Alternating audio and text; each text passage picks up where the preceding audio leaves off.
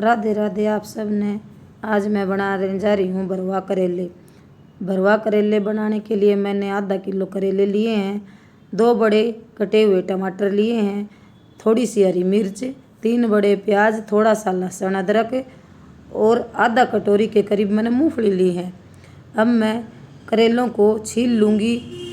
सारे करेले जब छिल जाएंगे तो उनका जो छिलर होगा उसको भी हम भरने के लिए इस्तेमाल करेंगे। और एक एक करके मैंने सारे करेले छील लिए। ये भरवा करेले खाने में इतने टेस्टी होते हैं कि बच्चे भी इनको खुश होके खा लेते हैं। ये देखो हमारे सारे करेले छिल गए।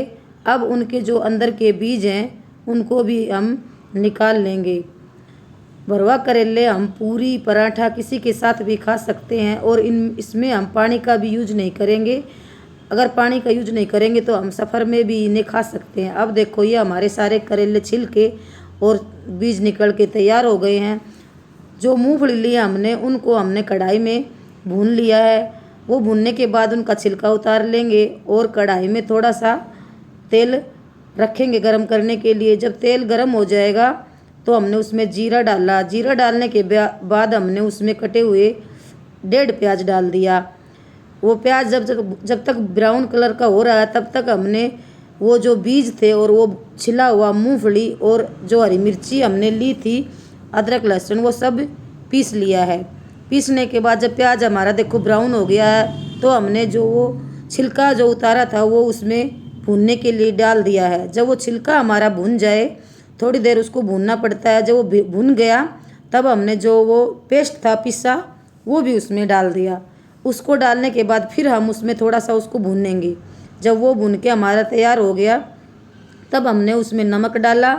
नमक अपने स्वाद अनुसार डाल लेना। मैंने 1 चम्मच नमक डाला है और 1 चम्मच हल्दी पाउडर, मिर्ची पाउडर और धनिया पाउडर डाला है। वो डालने के बाद हमने ढक के थोड़ा उसको फिर भून लिया है।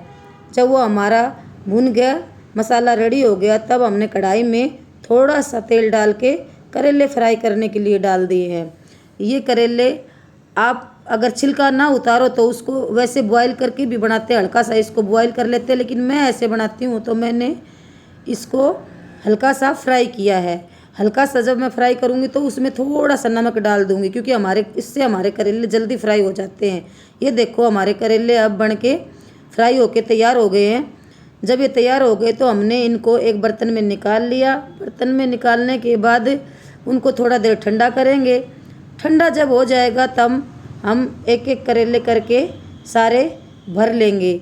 जब हमारे करेले भर जाएंगे तो उनको हम थोड़ा देर साइड में रख देंगे।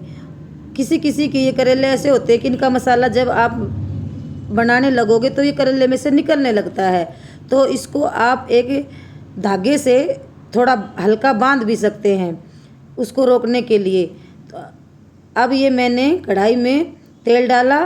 तेल हमारा वही था जो जिसमें हमने करेले फ्राई किए, उसी में हमने थोड़ा सा तेल और डालकर उसमें कटा हुआ वो बाकी का 1.5 प्याज था वो और थोड़ी हरी मिर्ची डाल दी। थोड़ी हरी मिर्ची और वो भुन जाएं प्याज, तब हमने उसमें टमाटर डाल दिया। टमाटर को अच्छे से भूनने के लिए हमने उसमें थोड़ा नमक ऐड किया। नमक ऐड करने के बाद थोड़ा मिर्ची वो सब मिक्स करके लहसुन अदरक का थोड़ा पेस्ट वो हमने उसमें डाल लिया। जब वो अच्छे से भुन जाए तब हम उसमें डालेंगे वो करेले। धीरे धीरे करके एक एक करके वो करेले हमने उसमें डाल दिए और धीरे धीरे करके उसको चला लिया। वो चलाने के बाद उसको जो मसाला हमारा बचा था, क्योंकि सारा तो करेले में भरा नहीं गया, जो हमारा पेस्ट बच गया उसको भी हमने उसी के कढ़ाई में डाल दिया और हल्का धीमी आंच करके उसको थोड़ा देर पकाया।